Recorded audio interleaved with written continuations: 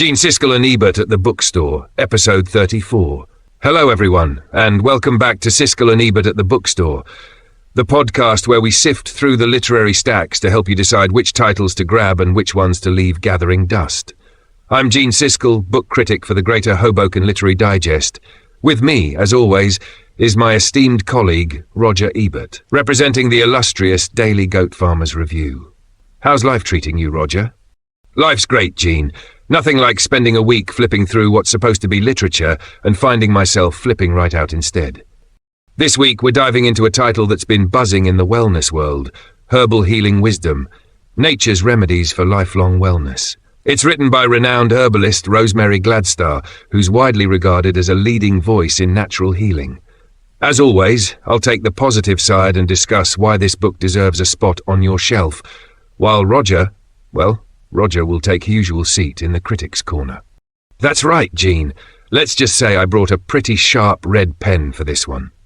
Let me begin by saying that Herbal Healing Wisdom is an absolute gem for anyone curious about exploring the world of natural remedies. Rosemary Gladstar has a way of inviting you into her world like an old friend. The recipes are simple, approachable, and beautifully presented, making this book a fantastic starting point for beginners and an inspiring refresher for seasoned herbalists.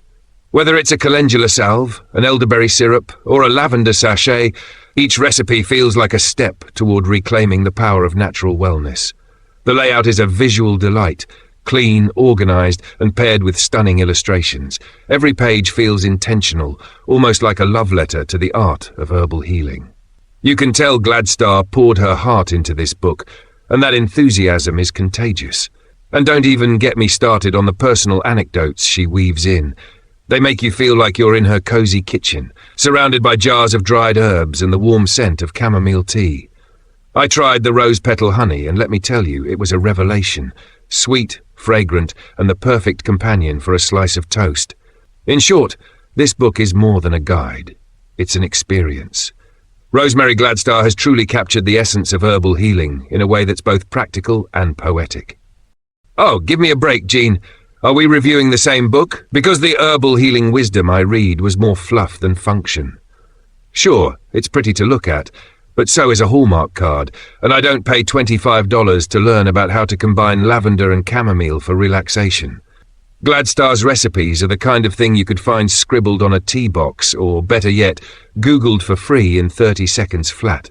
And let's not gloss over the writing. It's saccharine to the point of being unbearable. Gladstar comes off less like a knowledgeable herbalist and more like your overly enthusiastic aunt who's trying to sell you on backyard weeds as the cure for everything from acne to existential dread.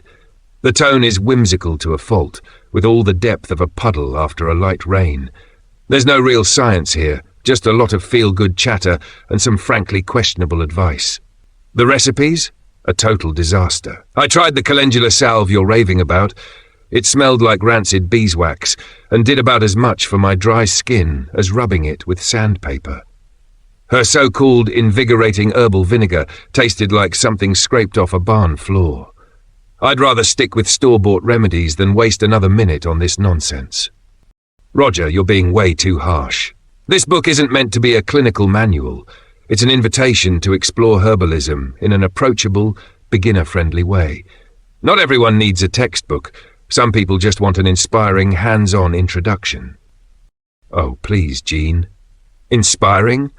If by inspiring you mean encouraging people to spend money on what's essentially a glorified Pinterest board, then sure, I guess it's inspiring. But for anyone looking for real knowledge, this book is a dead end. If you want to learn about herbalism, pick up the Herbal Medicine Maker's Handbook by James Green or Body into Balance by Maria Noel Groves. Those books are what this one pretends to be. I'll concede those are solid titles, but I still think Herbal Healing Wisdom has its place. It's perfect for someone dipping their toes into the world of herbs and natural remedies. Sure, if you're content with dipping your toes into shallow water. But for anyone looking to actually swim, this book is a waste of time and money. Well, listeners, there you have it. Two very different takes on Herbal Healing Wisdom, Nature's Remedies for Lifelong Wellness. Whether you're enchanted by its charm or frustrated by its simplicity, we'll let you decide. Next week we'll be discussing Murder in the Fog by Penelope Graves, a spine-tingling mystery thriller that's sure to keep us on our toes. You won't want to miss it. Until then, thanks for tuning in, and we'll see you at the bookstore.